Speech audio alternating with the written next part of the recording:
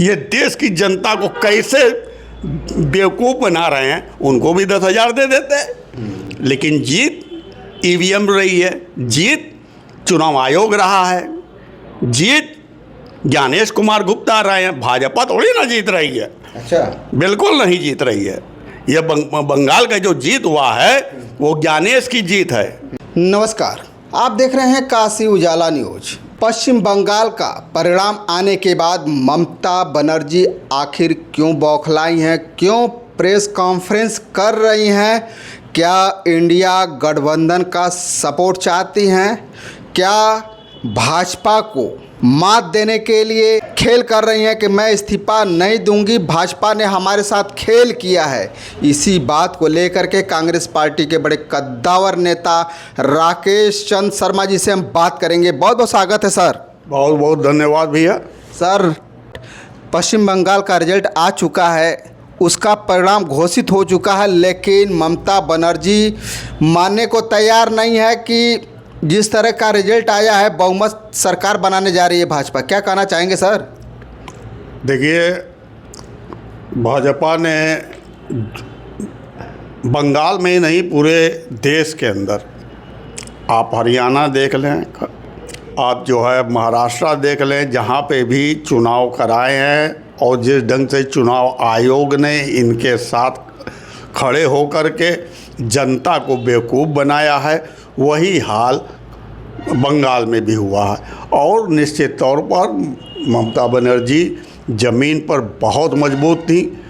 अगर हार गई, हाँ, हम वही बताने जा रहे हैं। अगर वो मजबूत नहीं होती, SIR में 27 लाख वोटर कटना। देखिए, SIR 27 लाख वोटर काटा गया है। इसके लिए जब वो लोग गए, राहुल गांधी जो लोग गए थे कोर्ट के अंदर, तो सुप्रीम कोर्ट का ये आदेश था कि जो वोट कटते हैं जितने, अगर हार और जीत का अंतर उससे कम होगा तो चुनाव कैंसिल किया जाएगा।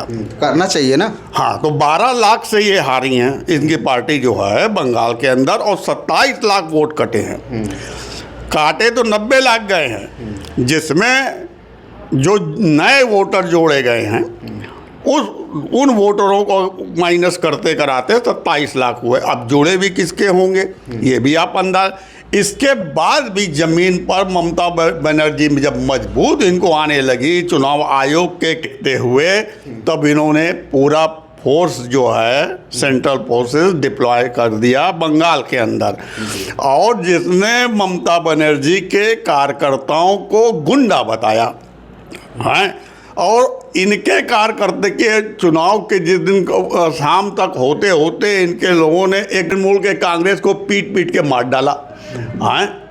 बैनर पोस्टर और जगह जगह तो आग जला रहे हैं, कार्यालय फूंक रहे हैं। आग जलाए कार्यालय, हम एक मोटा तो मतलब उसके बाद जब हत्या हो गई तो उसके बाद की स्थिति आप जान लीजिए। कुर्सी तोड़ना, कार्यालय तोड़ना, जलील करना, यहाँ तक कि मैंने देखा है कि महिला वो थी जो इनकी प्रत्याशी थी, उसके सामने से जो है जुलूस लेकर के उसको अंड बंड बोलना, है ना। ऐसे शब्दों का प्रयोग किया जा रहा है, असंसदीय शब्दों का, जिसका कि मुंह से निकालना एक सम्मानजनक और आदमी के लिए शोभा नहीं देता। तो यही भाजपा है ना जो नारी बंदन, अभिनंदन, शक्ति नारी कहने वाली। अरे लगातार बताया ही गया है, वो अब वंदना करेगी जब महिला को जो है इस ढंग से बोल रही है, तो वंदना क्या करेगी। आप जो है जो आपने देखे इतने क्या कहते हैं हिमाचल में जो भंडारी, अंकिता भंडारी से लेके जितने भी केस आप देखे हैं, उसके अंदर इनके क्या रोल रहे हैं, इनके नेताओं ने क्या क्या कर्म किए हैं, चाहे ब्रजभूषण शरण सिंह हों, तो ऐसे में तो इनसे कोई उम्मीद नहीं है। लेकिन हाँ, ये चुनाव जीते हैं। चुनाव जीते हैं, कैसे जीते हैं? कैसे जीते हैं बता तो दिया कि जब देख लिया कि जो चुनाव आयोग भी नहीं जीत पा रहा है, तब उन्होंने जो इतना फोर्स लगाया। यहाँ तक कि उत्तर प्रदेश से एक जने गए थे, क्या कहते हैं IPS, क्या नाम है, विजय पाल वर्मा की शर्मा कौन है, वह जो है वोटरों को रात के घरों में जा जाकर डराते कि तुम लोग को निकले और ये किए कोई भी होगा तो फिर तुम लोग देख लेना और फिर दोष मत देना, इस ढंग की बातें हैं, धमकी लगातार दी जा रही थी। तो इसका मतलब क्या हुआ कि आप चुनाव हार रहे थे तब ये सब कुकृतियाँ कर रहे थे, आप जनता के बीच में, जनता के बीच में दहशत फैला रहे थे, जनता के बीच में जो अपनी प्रशासनिक पुलिस की ताकत दिखा रहे थे। तो इसके मतलब निश्चित तौर पर जो है ममता बनर्जी जीती हैं। और वो देखिए अब एक जो संवैधानिक प्रक्रिया है उसके अंतर्गत इनको जो है रिजाइन तो देना अब नहीं देंगी, कुछ उसमें सरकार संविधान को मानने वाली होंगी तो देंगी, क्यों नहीं देंगी? नहीं देना तो पड़ेगा ही, और उनको सरकार बनाना ही है, और नहीं भी देंगे तो वो बना लेंगे। वो किसी नियम और कानून को वो लोग नहीं मानते हैं। इन हमारा एक आक्रोश है ना, तो आक्रोश आखिर केजरीवाल ने कहा कि हमारा कह दिया कि हमारा कोई भी आदमी जो है कोर्ट में नहीं जाएगा, लेकिन है ना, डेट पर। जिस तरह से सर आप कह रहे हैं कि जन आक्रोश है, तो क्या ममता बनर्जी अपने कार्यकर्ताओं के साथ सड़कों पे उतरेंगी? देखिए अभी आपको याद होगा अमित शाह जी ने कहा था अभी 60 दिन केंद्रीय बल है, सीआरपीएफ और पैरामिलिट्री फोर्सेज है, वो अभी कलकत्ता के अंदर डेरा डाले रहेगी। अभी ये क्या करेंगे जानते हैं कि वहाँ पे जो है अब तृणमूल कांग्रेस के कार्यकर्ता जो है निकलेंगे, धरना प्रदर्शन या जो भी करेंगे, घेराव सेराव। तो ऐसी स्थिति में इसीलिए उसको रोका गया है कि 7 दिन रुके रहो और इनको और पीटो। अच्छा, तो ये पीटने के लिए वो पुलिस प्रशासन वहाँ पे लगाई गई है, और किस लिए लगाई गई है? हाँ, तो भाजपा किस मुद्दे पे जीती है? उनका कोई मुद्दा नहीं था, उनका मुद्दा हिंदू मुस्लिम होता है, उनका मुद्दा जो है महिला, मतलब जिस चीज़ को में वो इन्वॉल्व खुद हैं, महिला आरक्षण फलाना डिमाका, महिला वंदना जो कर रहे थे। और सबसे ज़्यादा जो है प्रताड़ना इन्हीं की सरकार में जो महिलाओं का हो रहा है ना। तो मुद्दे इनके क्या थे? कुछ नहीं थे, समझे। अब तो इंडिया गठबंधन की बातें कर रही हैं ममता बनर्जी, पहले नहीं करती थी। नहीं देखिए, ममता बनर्जी इंडिया गठबंधन की एक हिस्सेदार थी, सदस्य थी, मगर होता क्या है कि भाजपा एक बहुत शातिर और सयानी पार्टी है। तो सयानी पार्टी है तो ममता बनर्जी को क्यों नहीं समझी पहले? नहीं देखिए, जब आपका चल रहा होता है ना तो आप बड़े अहंकार में होते हैं, यानी अहंकारी है ममता बनर्जी। बिल्कुल बिल्कुल बिल्कुल, इसमें कहीं कोई दो राय नहीं है। ममता बनर्जी की वजह से जो है न्यूक्लियर उस पर जो बैठाना था तो सरकार गिर गई थी। जब मुलायम सिंह यादव जी ने कांग्रेस में शामिल नहीं किया गया उनको, लेकिन बाहर से समर्थन किया था, तो वह सरकार जो गिरी थी वो आने की बात थी, वो ममता बनर्जी की वजह से थी। ममता बनर्जी को सिर्फ अपनी ही आप जो है कहीं जो है अगर समझौता कर लेती और सीटें दे देती जितना मांग रहे थे। देखिए राहुल गांधी जी को तकलीफ हुआ, राहुल गांधी जी का बयान आया, क्यों? क्योंकि वो देश के बारे में सोच रहे हैं, वो लोकतंत्र और संविधान को बचाने की बात कर रहे हैं। तो अब तो सरकार जा रही है ना, अब तो राहुल गांधी जी के साथ आ रही हैं। नहीं राहुल गांधी जी के साथ आएंगी। अब देखिए अखिलेश जी जा रहे हैं, यही अखिलेश जी जो ममता बनर्जी को प्रधानमंत्री भी बना रहे थे, राहुल जी ना बने। लेकिन अब तो नहीं जाएंगे। कौन? अखिलेश यादव जा रहे थे ना। हाँ, तो मेरा कहने का मतलब ये है कि ये जितनी भी पार्टियां हैं, मैंने पहले भी आपके चैनल पे कहा था, ये जितने असल में लड़ाई क्या है, इनकी लड़ाई भाजपा से कम कांग्रेस से ज़्यादा है।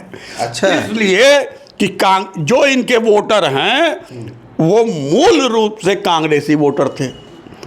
अब अगर कांग्रेस मजबूत होती है, क्योंकि राहुल गांधी की जो लड़ाई चल रही है वो जमीनी लड़ाई चल रही है ना। अब समझ में आ रहा है ममता बनर्जी को, ममता को भी समझ में आ रहा है, और घटक दल जितने भी हैं उनको भी समझ में आ रहा है। चाहे वो शरद पवार रहे तो उनके भाइये को तोड़ के निकाल ले गए, वो भी समर्थन कर रहे थे कभी, हैं ये लोग एनडीए में रहे भी हैं, है ना।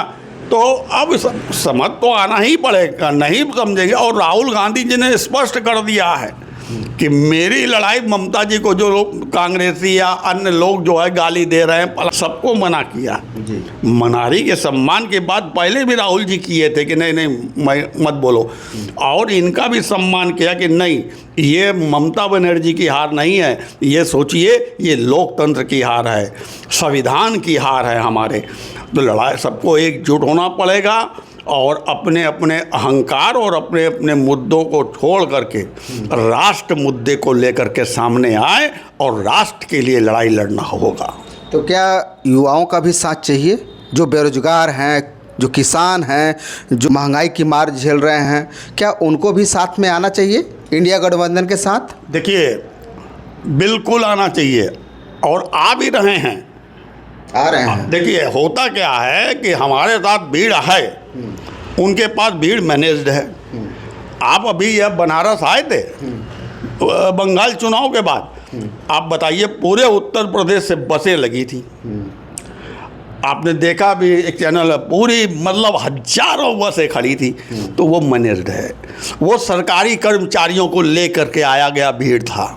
50,000 की जिसकी बात कर रहे हैं वो जनता, आम जनता नहीं थी। और जो कर्मचारी है वो कैसे मना कर सकता है कि हम नहीं चलेंगे? पानी मिले ना मिले, खाना मिले ना मिले, दाना मिले ना मिले, लेकिन ऊपर से हुक्म है साहब का, तो नौकरी तो हमें करना है ना, कि हम नौकरी छोड़ देंगे? तो नौकरी हमें करना है तो भैया जो साहब का आदेश है उसके साथ हम चलेंगे। अरे आपको बता दें, जो ड्राइवर आए थे 3 दिन से भूखे थे, उनको 268 रुपया दिया गया। ऐसे 10-10 हज़ार रुपये आप बांटते हो चुनाव में। और जो सरकारी कर्मचारी जो बस लेकर के आ रहा है मेरठ से कहाँ से, उसको आप 260 रुपये खाने का दे रहे हो। कितना बुरा, ये देश की जनता को कैसे बेवकूफ़ बना रहे हैं। उनको भी 10,000 दे देते, एक ही दिन ना देना था, हैं? उनको भी खुशी होती कि चल रहे हैं हम भीड़ लेकर के, हैं? लेकिन आपने उनको तो क्यों, जिसको जहां दबा सकते हो, लेकर पंख तक नोच दो मुर्गे का कि उड़ ना पाए, मेरे पीछे पीछे चले। और जिसको दबा नहीं पा रहे हो क्योंकि वो सरकारी नौकर है, जनता तो सरकारी नौकर नहीं, तो वहाँ पैसा बांट दे रहे हो। तो ये हम जिसको आपने कहा कि युवा तो निकल रही है, लेकिन जीत ईवीएम रही है, जीत चुनाव आयोग रहा है, जीत ज्ञानेश कुमार गुप्ता रहे हैं। भाजपा थोड़ी ना जीत रही है। अच्छा, बिल्कुल नहीं जीत रही है।